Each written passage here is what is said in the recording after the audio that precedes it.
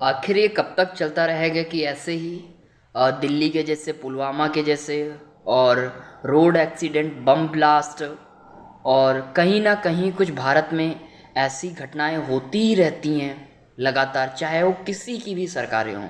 हालांकि ये बिल्कुल कह सकते हैं कम हुई हैं, लेकिन कहीं ना कहीं हमारी इंटेलिजेंस, हमारी जो गवर्नमेंट का सिस्टम है, और कहीं ना कहीं भारत इस विषय में बिल्कुल फेल साबित हो रहा है कि नागरिकों की जान कहीं पर भी भारत के अंदर भारतीयों की सुरक्षित नहीं है, ना ही बाहर।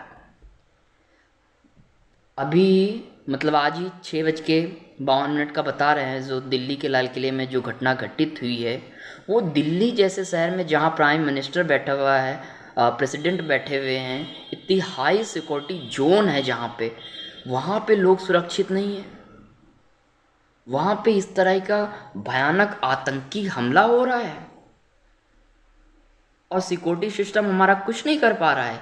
इतने लोग मरे हैं, लोगों का जो रिकॉर्ड है और जो उनकी नंबर्स हैं वो भी गलत तरीके से टीवी, टेलीविज़न और यहाँ तक हमारा मीडिया भी गलत तरीके से बता रहा है। इतना बड़ा ब्लास्ट हुआ है और बता रहे हैं 10 लोग अभी तक डेथ हुई है। और वहाँ का जो असिस्टेंट, जो डॉक्टर्स के असिस्टेंट वगैरह है, वो लोग इस चीज़ को कंफर्म कर रहे हैं कि 30 से 40 से ज़्यादा बल्कि इंजर्ड हैं, जो बर्न इंजरी हुई है, और उससे ज़्यादा मतलब 10 से ज़्यादा लोग मरे हुए हैं।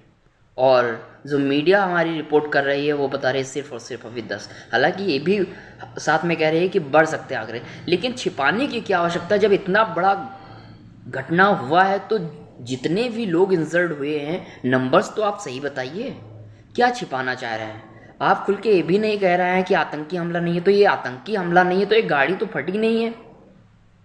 हमारी गवर्नमेंट, हमारा जो लीगल सिस्टम है, वो इस पर कड़ी कार्रवाई कैसे नहीं कर पा रहा है कि हमारे देश के इंटरनल सिक्योरिटी सिस्टम इतना वीक कैसे है, जो बाहर के लोग आ जाते हैं, बमबारी करते हैं, कहीं हमारे एरोप्लेन को हॉस्टेज बनाते हैं, कहीं हमारे होटल्स को हॉस्टेज बनाते हैं, कहीं हमारी गवर्नमेंट को हॉस्टेज बनाते हैं, और हमारा इंटरनल सिक्योरिटी सिस्टम इतना वीक है। शर्म आनी चाहिए भारत की गवर्नमेंट को, और भारत के लोगों को भी शर्म आनी चाहिए कि हम ऐसी सरकारें चुनते हैं। हम ये नहीं कह रहे हैं कि बीजेपी गलत कर रही है, कांग्रेस के भी ज़माने में बहुत ज़्यादा बुरा हुआ है, अभी तो कम बुरा हो रहा है, लेकिन ये भी नहीं होना चाहिए, हम कह रहे हैं। और इस सब के लिए भारत को एकजुटता से आवाज़ उठानी पड़ेगी, नहीं तो ऐसे ही कटते मरते रहेंगे जिस तरह के हमने वीडियोज़ अभी देखे हैं। हाथों के